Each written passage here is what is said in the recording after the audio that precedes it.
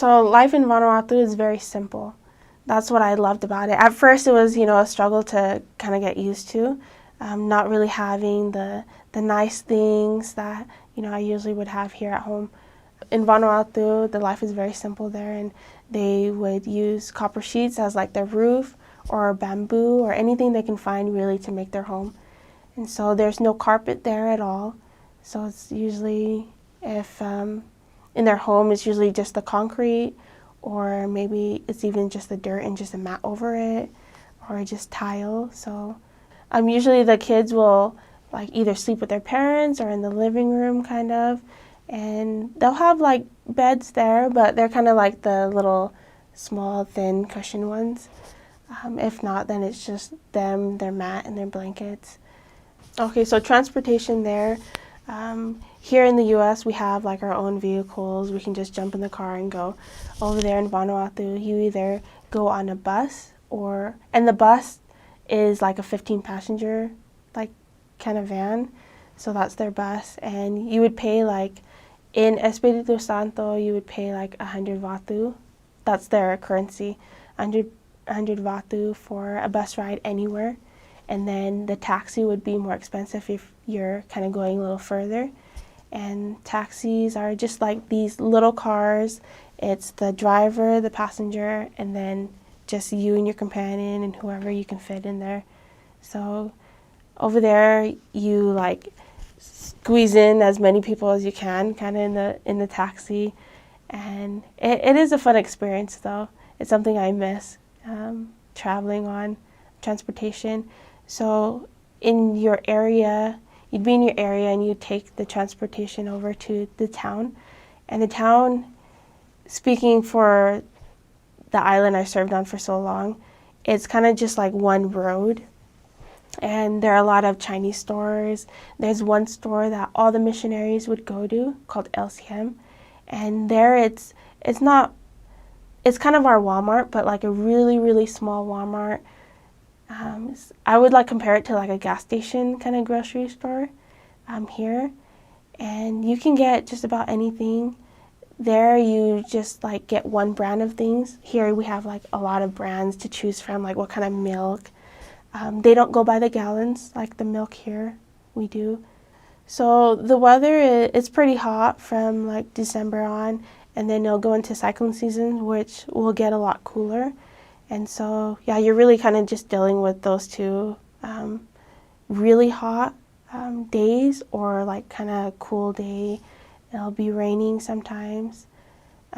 With their work in the town, there's like this big market where the mamas and just the families would get their fruits from their garden and just go over there at the market and sell it.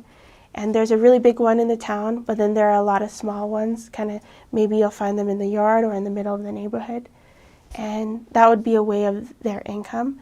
Another way of their income would be selling like gava, and that is a word of wisdom problem that we had to deal with as a missionary, is dealing with a lot of people having to sell gava, and if you sell it, most likely you're drinking it as well. And gava bars, you'll find them.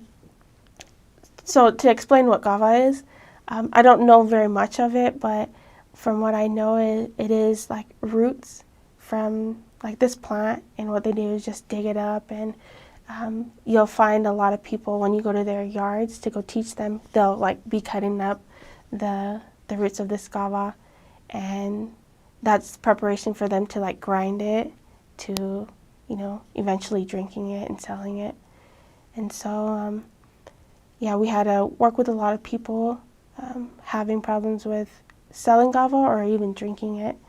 Another way of their income is they'll just find any food that they have in their garden, or even go fish for some fishes or anything to cook, and then they'll sell it for a few, like 20 Vatu or so. So yeah, I actually brought in some money from Vanuatu, and it's called Vatu. So here is a 2,000 Vatu. So when I first got there, I thought I'd be rich because, 2,000, who has 2,000 Vatu, or dollars in my eyes at first. And so 2,000 Vatu would be really $20 in Vanuatu, and their money is kind of like plastic to help you like see how much it would cost for some food. Like say you want a soda can, that'd be 120 Vatu.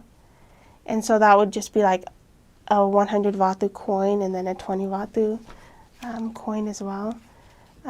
Over there, I would like to believe things are very expensive. I thought you'll find some things like super cheap, but then other things, it really is kind of expensive. It's an expensive mission.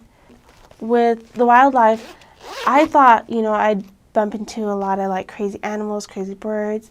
That really wasn't the case. I guess because us sisters were kind of like put in the nicer places where it's very well protected and all. The insects, you'll find a lot of like millbuds, or I think here we call them like centipedes, but really like big centipedes. So there's one time where me and my companion, we're just cooking meat, and so that's when it comes. Or like when it's raining, they'll come in because it's cold. And so, you'll run into a lot of millbuds or centipedes. A lot of cockroaches everywhere, but the mission, they give you like this, I forgot what it was called, but they give you some kind of medicine to get rid of those things. I know some elders, they found snakes, but that's not very common to find, I guess. And the people in Vanuatu, they're terrified from snakes. A lot of dogs. There are a lot of dogs everywhere, so those are that's something you have to be aware of going into someone's yard. So the culture there, at least when I first got there, is you're pretty much welcome to anyone's yard. And so we'll just walk into anyone's yard, but we have to be mindful of their dogs who'll come after you. And I've had a few companions get bit from their dogs, and a lot of cats. So yeah, cats and dogs are mainly what you'll see. I think Vanuatu would be known for that land diving. You mentioned it when I came in.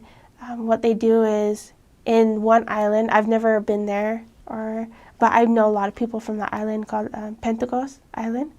And so that island is known for their land diving. What it is like a whole bunch of sticks pretty much. I'm probably not the best person to explain it, but it's like a whole bunch of sticks pretty much, and like this tower of sticks. And these men, only men would kind of do it, is they would climb up there and they would wrap their ankle with like a vine. And from what I've heard, a chief or some man who really knows the vines very well would pick it. I guess there's a certain type for him to choose, and they'll just pretty much just jump off this tower of sticks, and when they do that, they become a man in their cultural way. Yeah, they have like a season for it, and yeah, some men do lose their lives having to do that. But yeah, it just shows how courageous they are, and I guess that's what makes them a man. I think the best way to buy souvenirs is just go to the stores, the Chinese stores. They're pretty cheap, rather than going to like where the festival is. They'll have like cruise ships go there, and when you go there, the prices will just raise up, I guess because you're from a different country. But yeah, going to the local stores there, that'll be a good place to buy your souvenirs. The weather is very hot, so don't wear cotton. I guess cotton would be good. That's what I wore going out there. A lot of my clothes were just cotton, and they weren't the nicest clothes, I guess. So you don't want to stand out too much with like your jewelry and all, just so that you as well feel comfortable being around them. The clothing over there, in the first island I served on, pretty much all the mamas will just wear their island dresses, and the papas, they'll just wear their normal clothes. But a lot of times you'll bump into people wearing their native clothing. The women, I haven't really seen them in their native clothing, unless you go further out. It's kind of like a grass skirt, and they just put over. the papas, the men, they would wear kind of like a loincloth just to cover down there. So, yeah, it was interesting to see, and it was something you'll get used to.